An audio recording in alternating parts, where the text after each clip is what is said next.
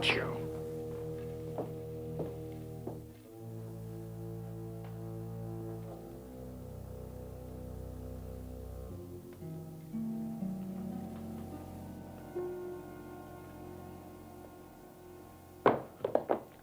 Now, look here.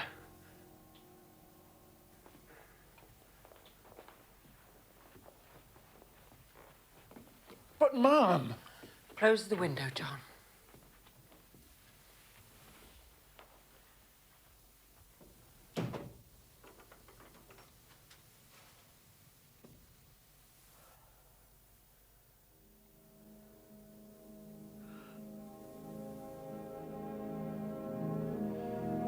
To Sherlock Holmes, she was always the woman, the beautiful Irena Adler of dubious and questionable memory.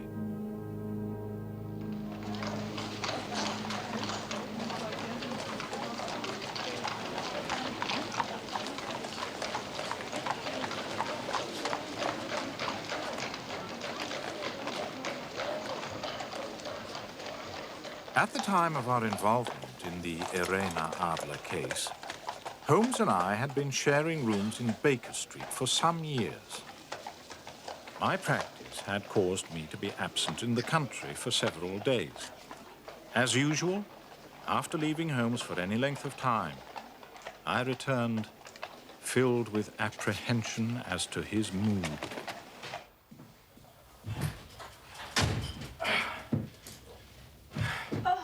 Oh, hello, Mrs. Hudson. Dr. Watson, just look at you, half soaked to the skin. Yes, well, I'm not surprised. I have just spent 20 minutes standing in the pouring rain waiting for a cab. Won't do that old wound of yours any good getting so wet, Doctor. Oh, no.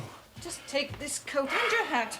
See that they're properly dry. Mrs. Hudson, I haven't eaten all day. Do hope supper will be up very soon.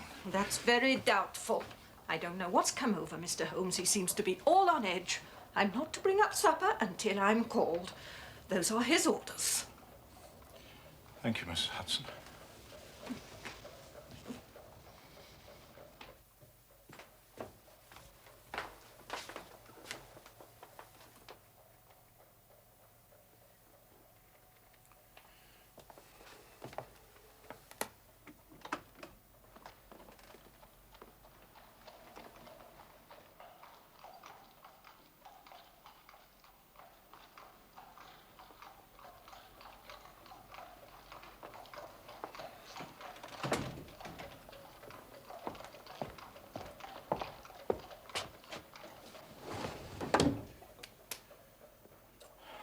My dear Holmes.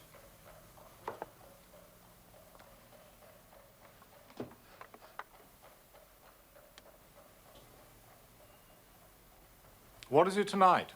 Morphine or cocaine? Well, I can strongly recommend a 7% solution of cocaine. Would you care to try it? No, indeed. I speak not only as your friend, but as a medical man. How can you risk such damage to the great powers with which you have been endowed? I cannot tell you how it clarifies and stimulates the mind. Yes, and destroys it in time.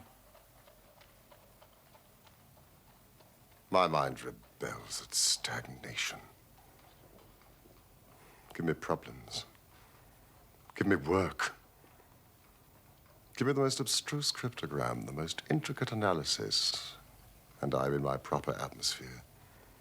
Then I can dispense with artificial stimulants. But I abhor the dull routine of existence. I crave mental exaltation.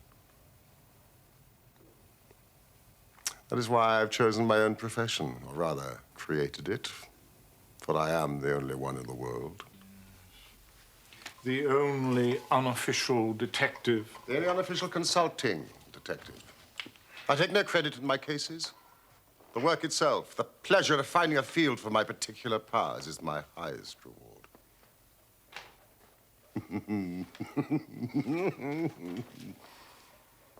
You can close that drawer. You have made the wrong diagnosis, Doctor. I have my stimulant here.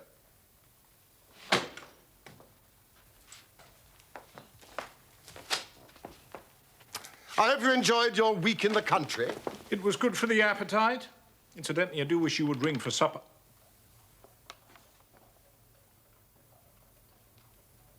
What is this? Yes, I must get ready for my visitor. It came by the morning post. Give me your observations. Well, I mean, it's undated and without either signature or address. Good. Read it aloud. Dear Mr. Holmes, there will call upon you tonight at 7:45 a gentleman who... Good heavens, we've only a few minutes, Holmes. Go on. A gentleman who desires to consult with you upon a matter of the very deepest moment. Your recent services to one of the royal houses of Europe have shown that you are one who may be safely trusted with matters which are of an importance which can hardly be exaggerated. This account of you we have from all quarters received. Be in your chamber, then. Good heavens, this is a mystery indeed. What do you imagine it means? Well, I have no data yet. It is a capital mistake to theorize before one has data. But the note itself, what do you deduce from it?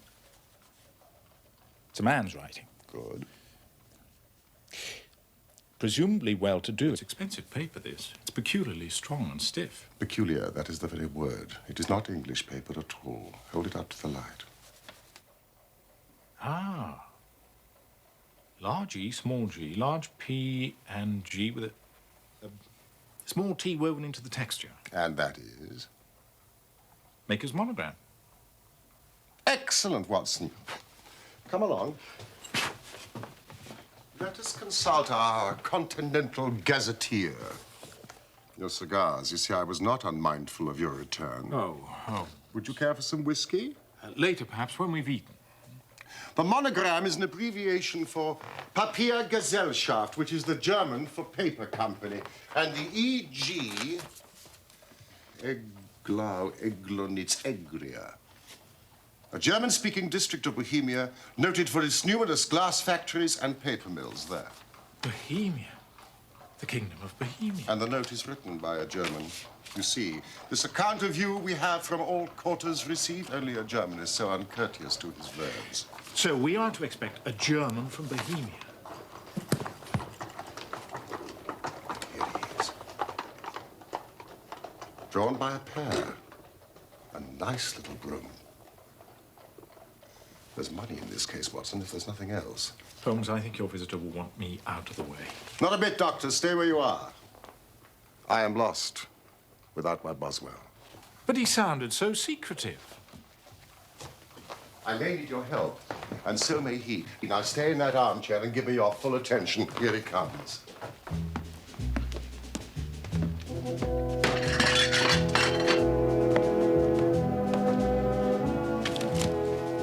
I'm sorry, sir, but you cannot come in here unannounced like this. Mr. Holmes does not see anybody without appointment.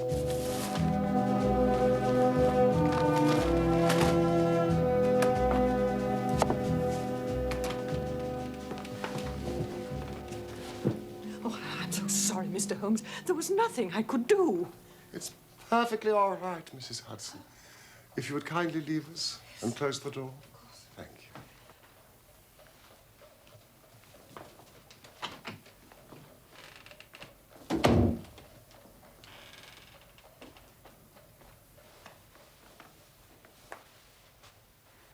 You had my note? Yes. Pray take a seat. This is my friend and colleague, Dr. Watson, who is occasionally good enough to help me in my cases. How do you do, sir?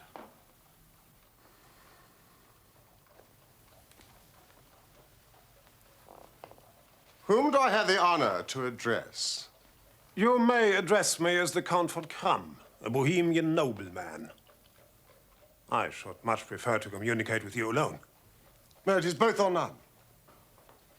You may say before this gentleman anything which you may wish to say to me. Very well, I take your word that he is a man of honor and discretion. But I must begin by binding you both to absolute secrecy for a period of 2 years. Indeed. At the end of that time, the matter will be of no importance. At present, it is of such weight that it may have an influence upon European history.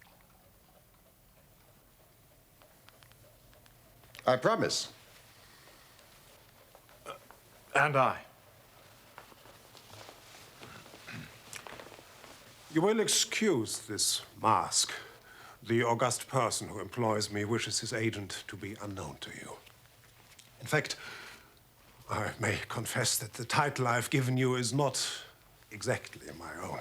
I was aware of that. The circumstances are of great delicacy. Every precaution must be taken to prevent an immense scandal which would seriously compromise one of the royal houses of Europe. To speak plainly, the matter concerns the great house of Ormstein, hereditary kings of Bohemia. I was aware of that too, Your Majesty.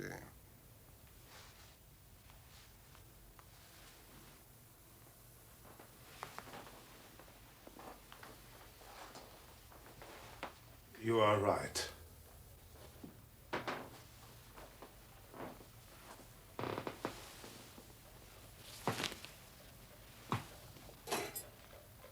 I am the king. Why should I attempt to conceal it? Why, indeed? Your Majesty had not spoken before I was aware that I was addressing Wilhelm Gottschalk Sigismund von Ormstein, Grand Duke of Kassel-Felstein and hereditary king of Bohemia. And in passing, the finest duelist in Europe. You have killed 4 opponents. Honorably. Of course.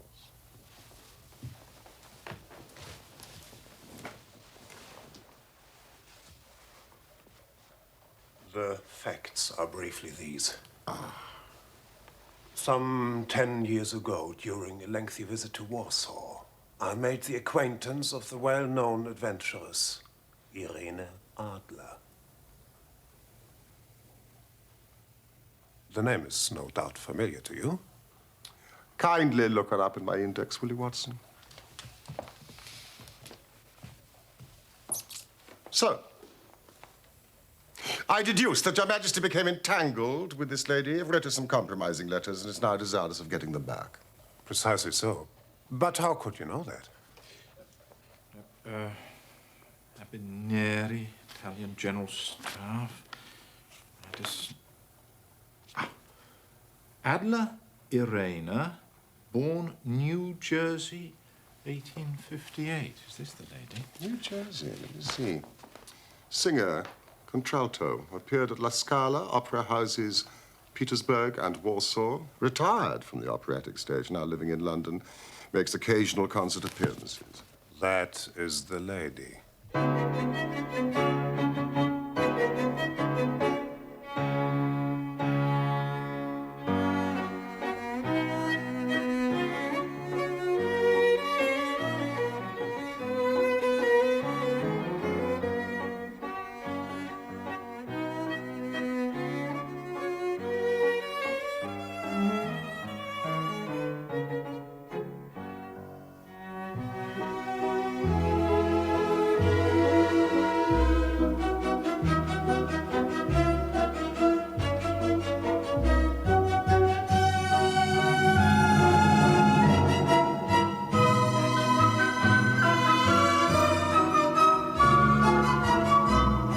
Was there a secret marriage? None. No legal papers or certificates? None. Then I fail to follow, Your Majesty. If this person should produce your letters for blackmailing or other purposes, how is she to prove their authenticity? There is the writing. Poo-poo forgery. My private writing paper. Stolen. My own seal. Imitated. My photograph. Bought. We were both in that photograph.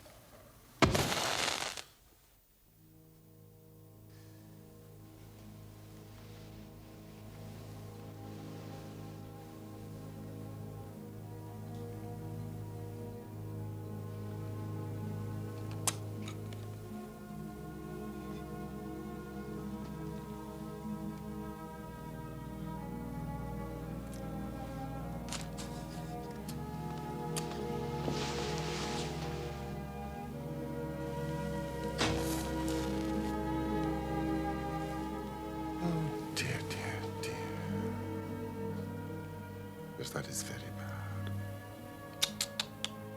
Your Majesty has certainly committed an indiscretion. She was beautiful, bewitching, clever, daring.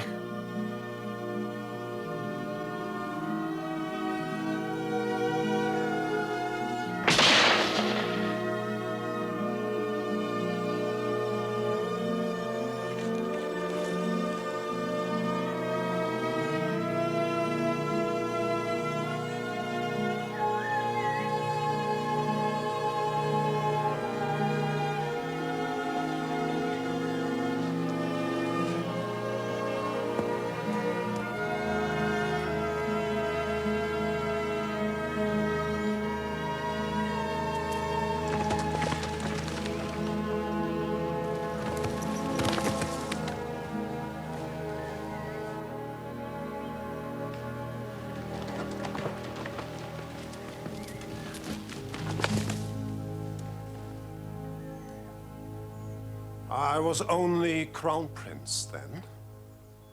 I was young. I am but 30 now. Of course, Your Majesty has attempted to recover the photograph. We have tried and failed. Then Your Majesty must pay. It must be bought. She will not sell. Stolen, then? 5 attempts have been made. Twice, burglars in my pay ransacked her house. Once we diverted her luggage when she traveled. Twice she has been waylaid. There has been no sign of it. Huh. You laugh. It is serious. Yes. Yes, it is very serious indeed. Well, what does she propose to do with this photograph, if not to extort money? To ruin me. Huh. I'm about to be married. So I've heard. To the Princess Clotilde Lothman von Saxe-Meiningen, second daughter to the King of Scandinavia. It is a brilliant match. Precisely. But you will know the strict principles of her family. She's herself the soul of delicacy. A shadow of doubt as to my conduct would bring the matter to an end.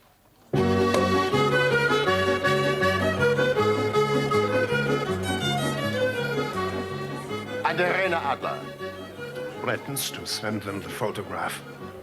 And she'll do it. She has a soul of steel. She's more beautiful than any other woman I've known, and more resolute than any man. There are no lengths to which she would not go, none, to prevent my marriage to another woman. Your Majesty, why is this lady so vindictive? Oh, there was once some talk of marriage. Ha! She would not see that it was impossible.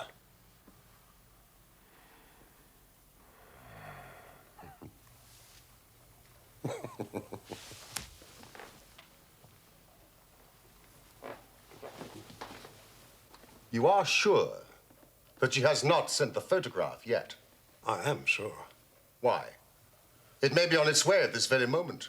Because she has said that she would send it on the day when the betrothal was publicly proclaimed. That will be next Monday. And I must leave London on Friday to be home for the ceremony. Ah, then we do have 3 days. Well, that is very fortunate, for I do have other matters in hand. Where can I find Your Majesty in London? It's the Langham Hotel. As the Count von Krumm, remember? Yes, of course. And as to expenditure?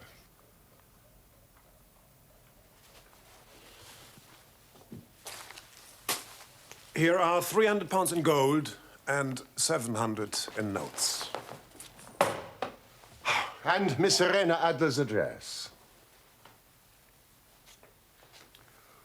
Good night, Your Majesty, and I trust we shall soon have good news for you.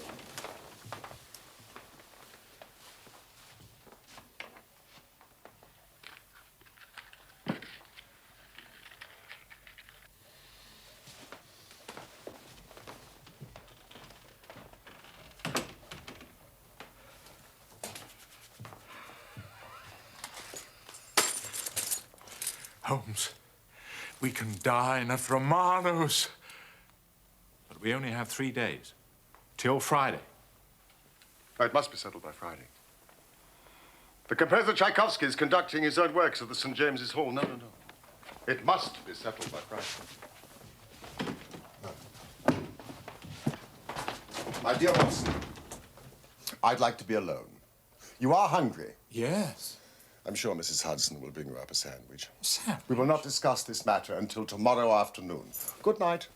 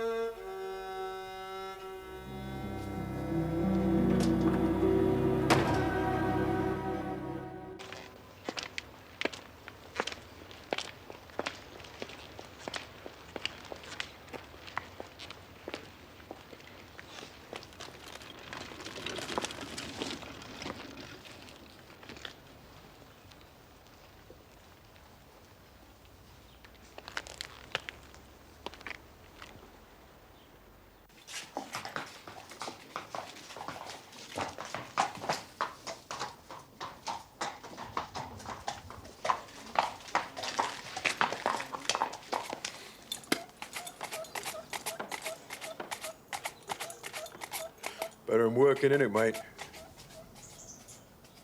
What is? Looking on. I'll change with you any time, Gov. Out of a position, are you? 8 weeks. A mere first-class groom. Are you? Well, you could give me an hand if you like. I'd see you all right. Why not? Give it the price of the booze. I thought it was a booze. Strap the mare. Show us what you can do.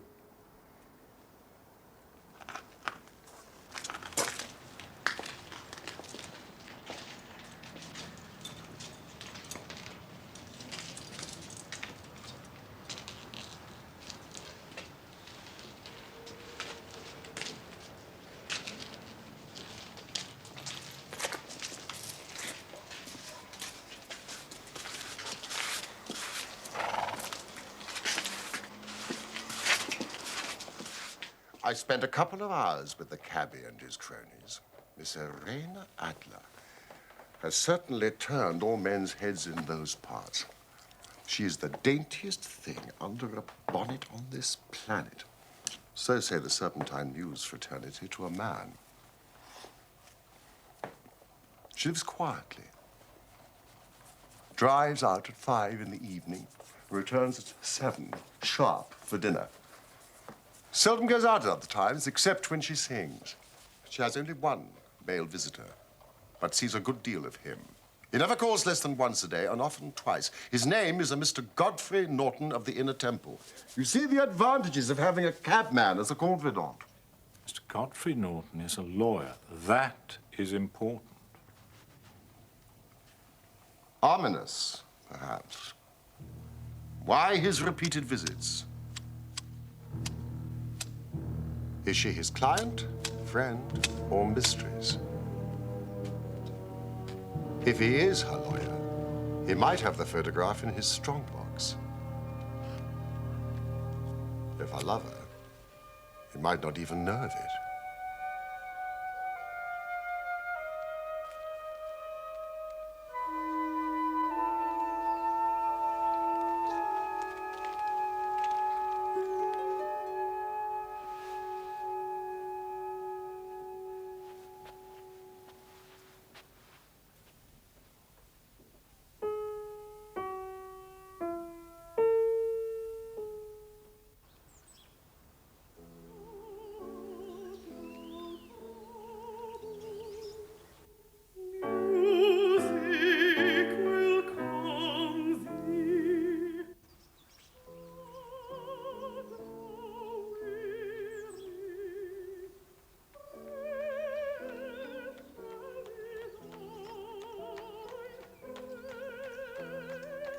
She had just begun to sing.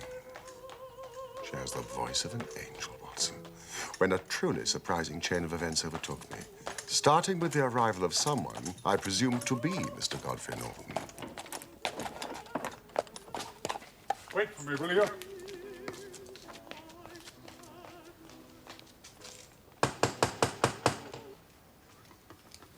Fetch your mistress's carriage.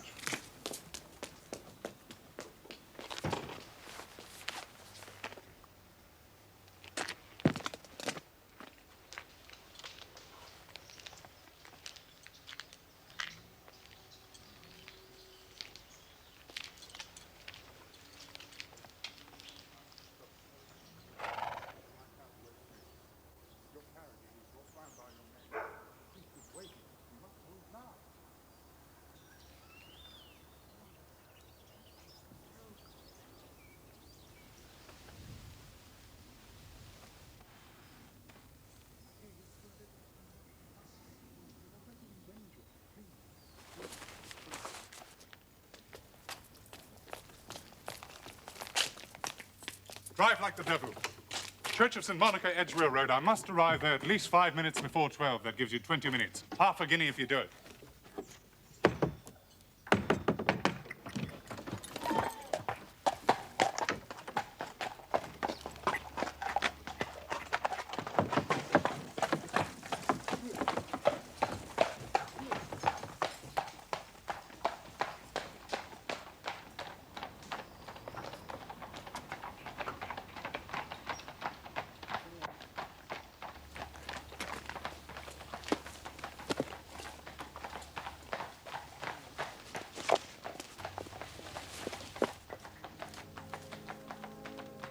She is a lovely woman, Watson, with a face that a man might die for.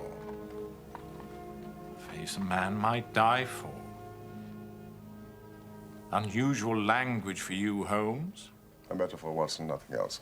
I was just about to sprint after a landau and perch on the back when another cab came through the street. He looked twice, such a shabby fare, but I jumped in before he had time to object.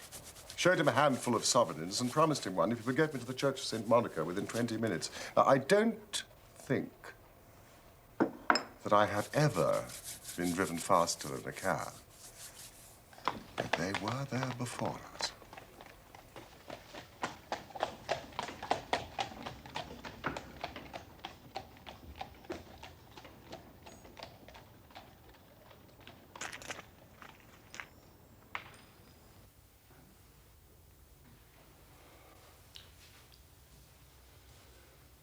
I'm very sorry, Mr. Norton. For pity's sake, it's almost midday. The latest time allowed by law. I would have called in one of those confounded churchmen, but I saw no reason to let them know our business, and I sent them off for a drink. Oh, dear Lord. Godfrey.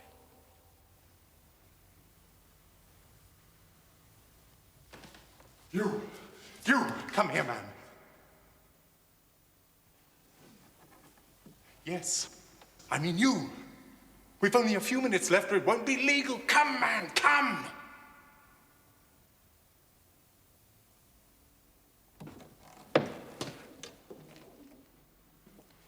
Hold this, and do as you're told.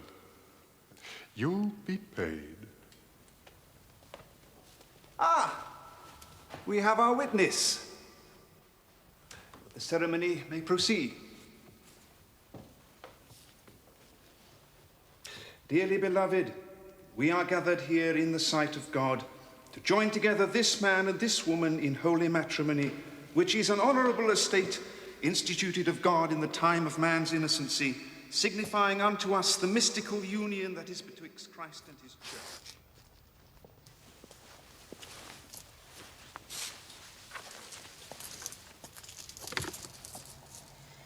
Irena. I allowed you to persuade me. Now you must allow me to persuade you. I shall see you tomorrow. At the very first moment. I love you.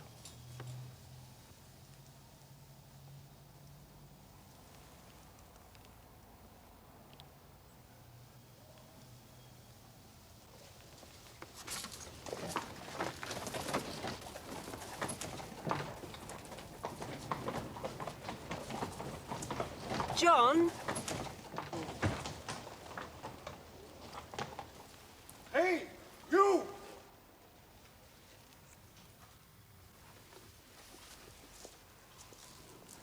Come here, my man.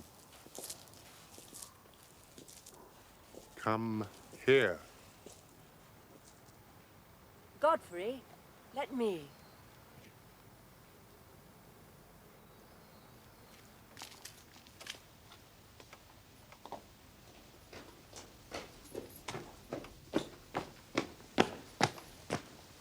Sir, I want to thank you for being so miraculously present when we needed you. How fortunate that you have remained close by. Well, I'm in no hurry, Mom. I hope you will accept this. I don't need no tip, Mom. Oh, sir, let us call it a little souvenir.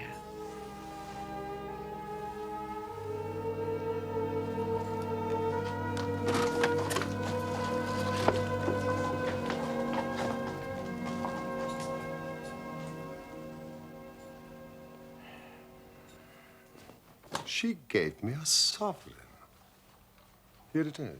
What an extraordinary turn of events. I shall wear it on my watch chain in memory of the occasion. And what now? Well, during the ceremony, I thought my plans had been overthrown. If they had made an immediate departure, it would have necessitated the most prompt and energetic measures on my part. But he went back to the temple, and she went to her own home, thus giving us time to act. How? Doctor, I shall require all your courage and alertness. I should be delighted. You don't mind breaking the law? Not in the least. Nor running the chance of arrest? Not in a good cause. Well, the cause is excellent. Well, then I am your man. Splendid.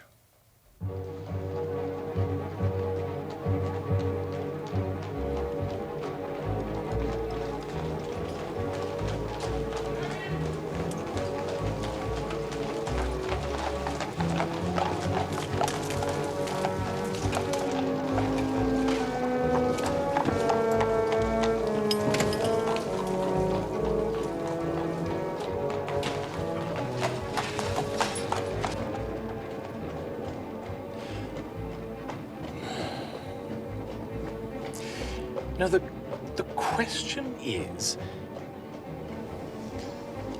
Holmes, you really do look quite remarkable. No, the question is where to find the photograph. I mean, the house has twice been burgled. She was too clever for them. She is a remarkable woman. Well, they must have searched very thoroughly. They did not know how to look. And how will you look? I shall not look. What then? I will allow her to show me. But she refused. She will not be able to. We draw near the scene of action. We had better walk from here.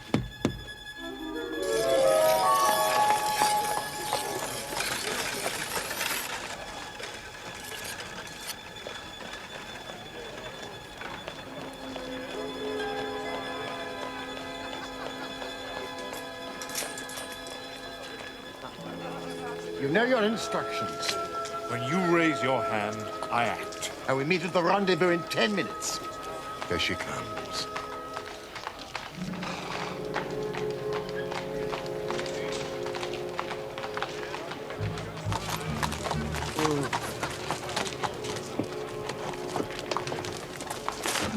Oh, no, you don't have it. I was here first.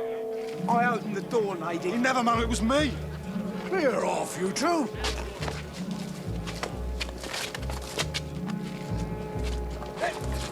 Me? Oh! Opening carriage doors is the legitimate means of livelihood, Mr. Funky. You ain't gonna stop a man earning a copper, see? Pass. You there. Let go of my coachman. Take the bread from me mouth, would ya? I'll fill your mouth, chum. Oh!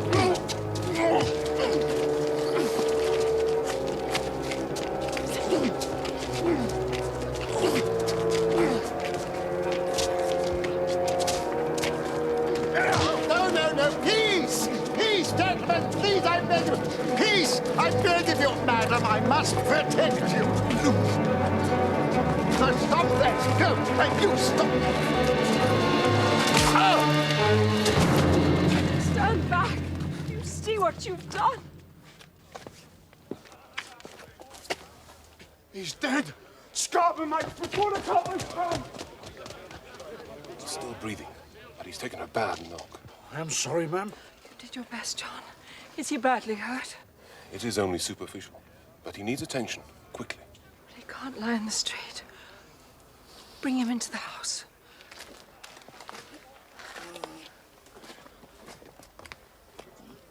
All right, sir.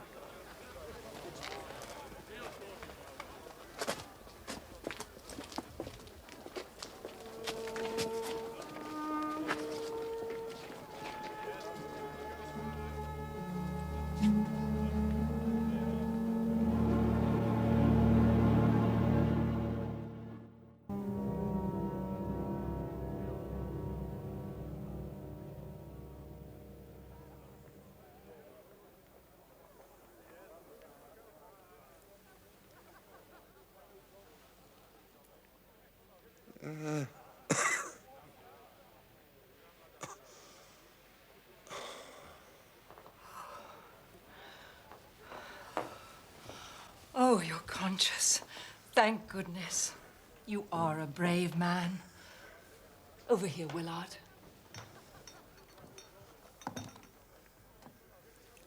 No, stand back. I shall look after my friend in need. Sir, will you look toward me? It is no sight for a lady. I have strong nerves, dear friend. No, I cannot permit. Thank you. A bandage. As you wish.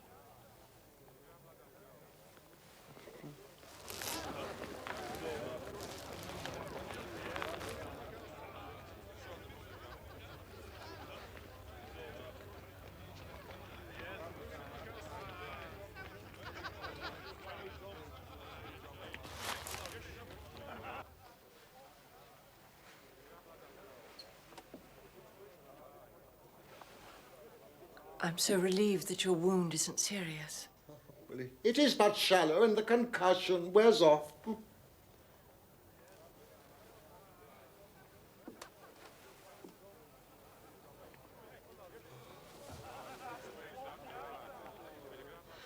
How extraordinary.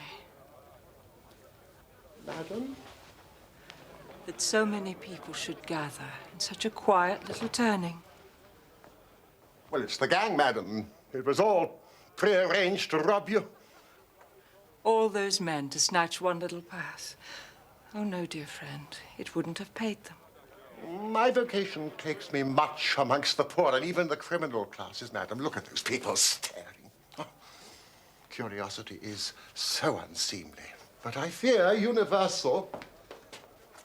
Oh, I am so sorry. I think I'm going to faint. Ah, air. I need some air.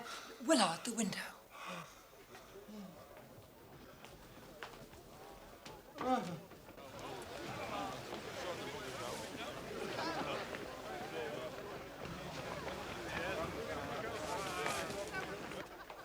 Some drinking water. Are there any smelling salts?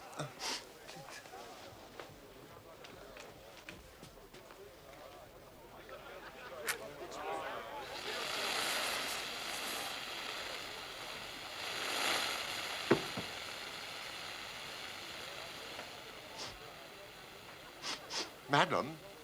Madam, I think I can smell fire. What? Fire! Fire! There's a fire!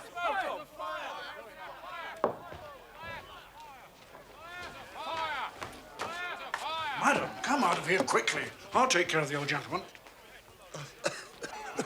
I can't breathe.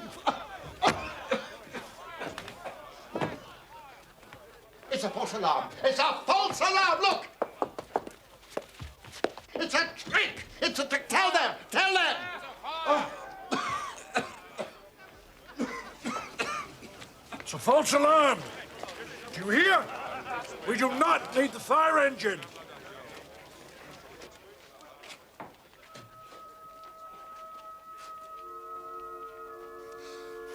What is it? It is a plumber's rocket, madam. One of my flock is a plumber. It is ignited by a cap and sends smoke into pipes to betray cracks and holes. No, it's all right. It will disperse. You said it was a trick. Who would play such a trick on me? One of the gang, madam. But to what purpose? I've escaped them. Revenge.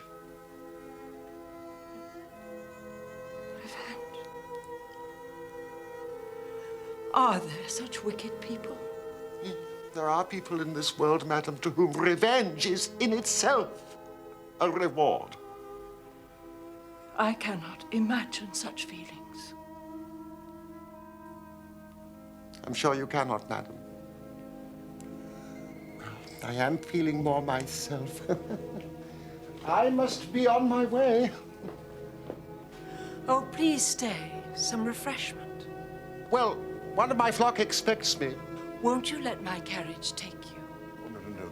The air will aid my recovery. At least your name, your address. That I may thank you adequately.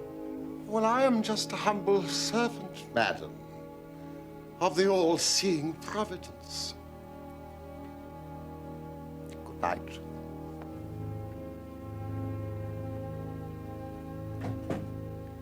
Good night.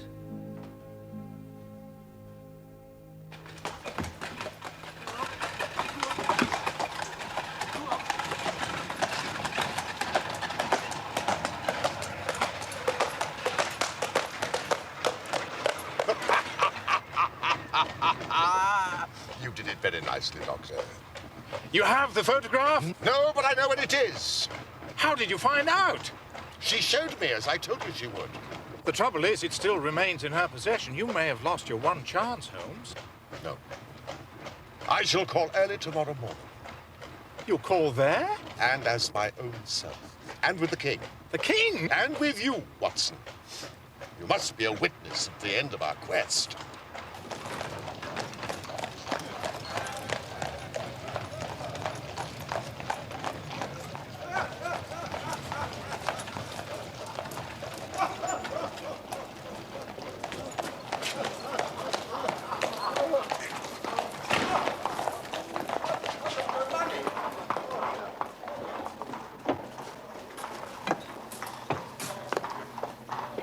I trust you will sleep well tonight for a change, Holmes. Well, there's nothing like success for curing insomnia.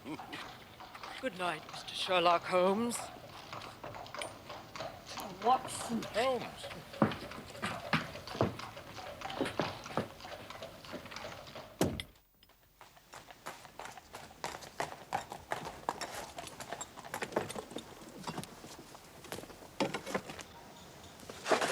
But she could not love him. I'm in hopes that she does. Why? Because it would spare your majesty all fear of future annoyance. If she loves her husband, then she does not love your majesty. And if she does not love your majesty, why should she interfere with your majesty's marriage?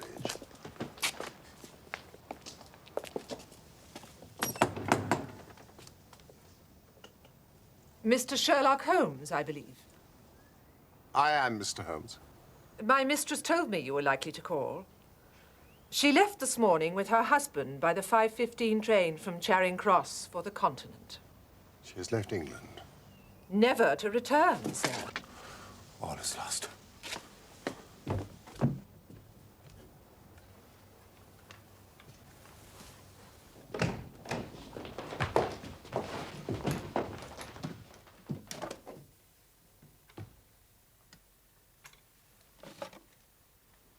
Wir sind gerettet.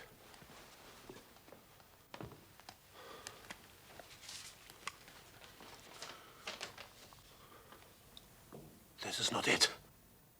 Holmes, this is a different photograph.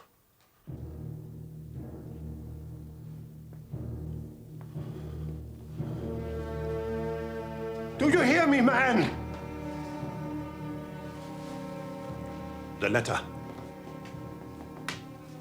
It is addressed to me. My dear Mr. Sherlock Holmes, you did it very well. You took me in completely until after the alarm was fired, I had not a suspicion. But then, when I found that I had betrayed myself, it flashed into my mind that I had been warned against you months ago. I had been told that if the king employed an agent, it would certainly be you. Yet, with all this, you made me reveal what you wanted to know. Even before, when the presence of so many people in the street had sounded an alarm in my instinct, I could not think evil of such a dear, kind old clergyman. But you know, I have been trained as an actress myself, and male costume is nothing new to me. Yes, it was I who followed you to your door, just to make sure that you really were the celebrated Mr. Sherlock Holmes. It was I who rather imprudently wished you good night. Then I started for the temple to see my new husband. We had married in secret in case we needed to leave the country to elude the king. Your appearance on the scene was the signal for flight. You are too formidable an antagonist.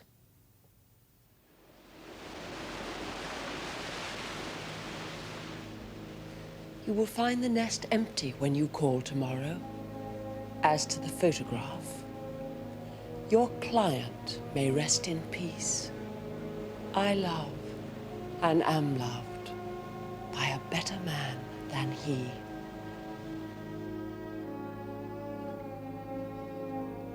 The king may...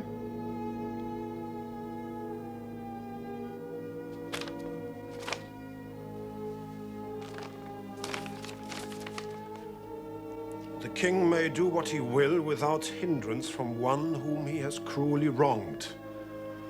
I kept it only to safeguard myself and to preserve a weapon which will always secure me from any steps he may take.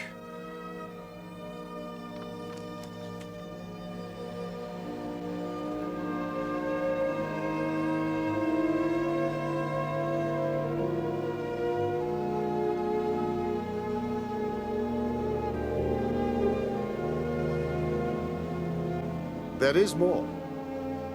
I leave another photograph which he might care to possess.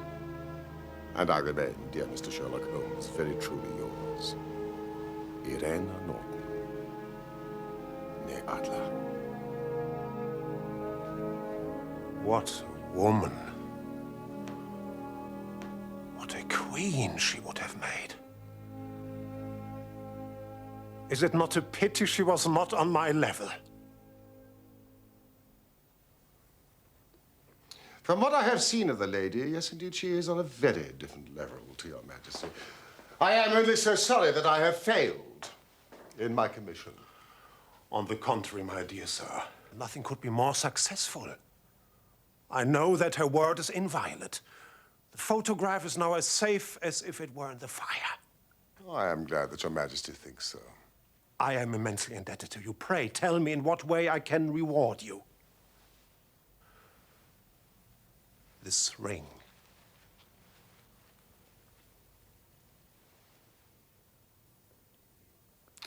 Your Majesty has something which I should value even more highly. You have but to name it. This. Irene's photograph. Certainly, if you wish it.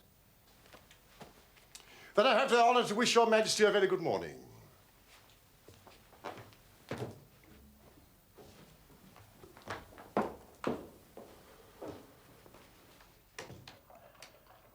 And that was how a great scandal threatened the kingdom of Bohemia, and how the best plans of Mr. Sherlock Holmes were beaten by a woman's wit.